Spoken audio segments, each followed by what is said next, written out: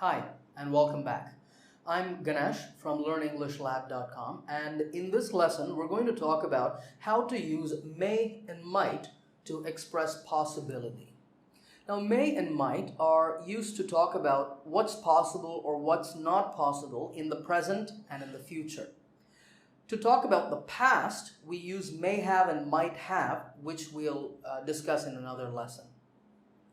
Now, first of all, may and might are both interchangeable.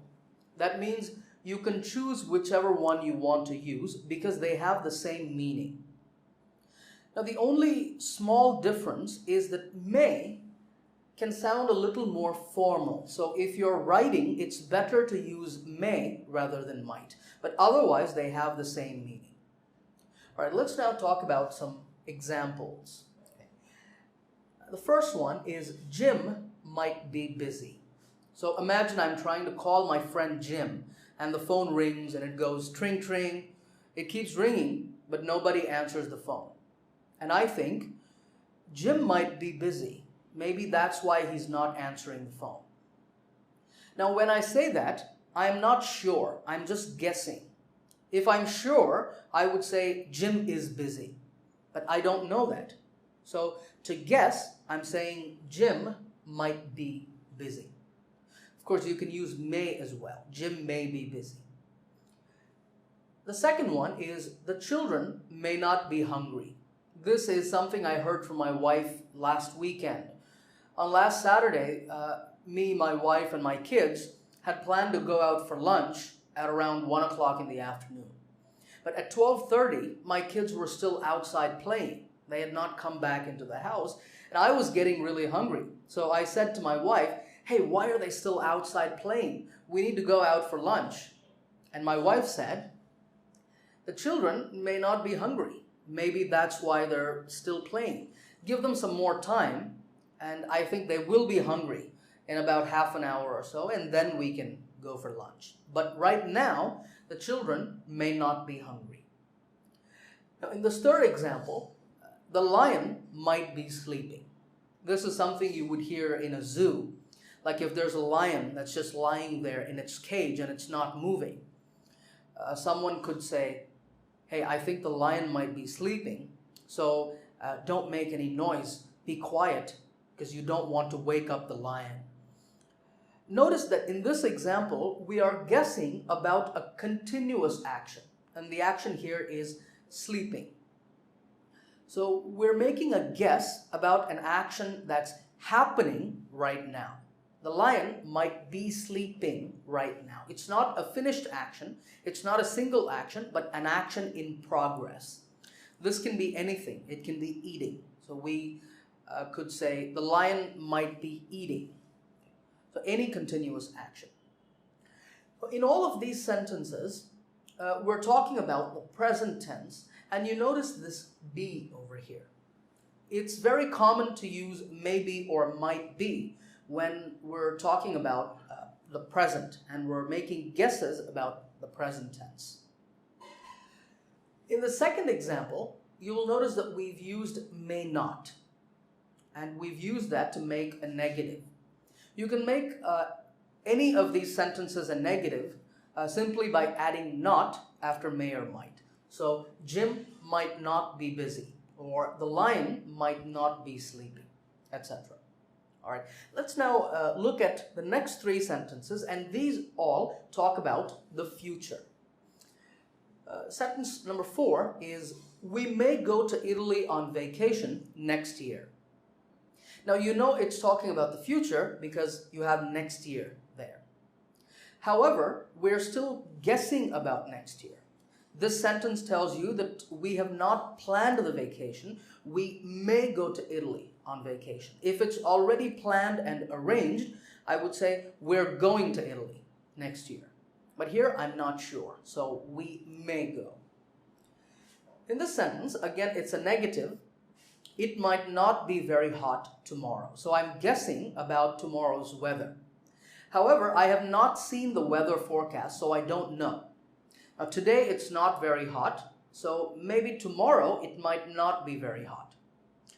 If I have seen the weather forecast, I would say it's going to be very hot tomorrow because the weatherman said so on TV.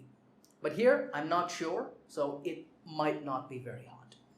And in the last example, I may be driving to Portland on Thursday afternoon. Now, of course, this talks about the future because it says Thursday afternoon.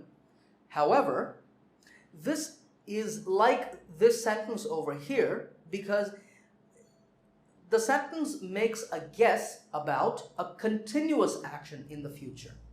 So on Thursday afternoon, I think I will be in the middle of a continuous action, and that action is driving. So I may be driving to Portland on Thursday afternoon. All right, now we've talked about positive and negative sentences with may and might. But how do you make questions? Well, there are two ways to make questions. The first way is to do what we normally do in the present tense. Now, if this was a present tense sentence, Jim is busy. That's a present tense sentence. We would change the position of the subject and the verb. We would say, is Jim busy? And that is the question. You can do the same thing with this sentence. You can say, might Jim be busy?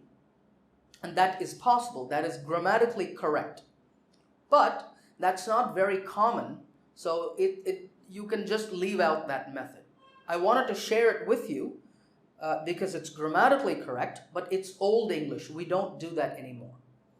The easiest way to make questions with may and might is to use do you think. To make a sentence into a question, simply add do you think. So, do you think Jim might be busy? Remember that the sentence is Jim might be busy. But I have added do you think, and I have also added a question mark. Don't forget the question mark if you're writing. Okay? So, do you think Jim might be busy? That's the question. It's very easy to make questions.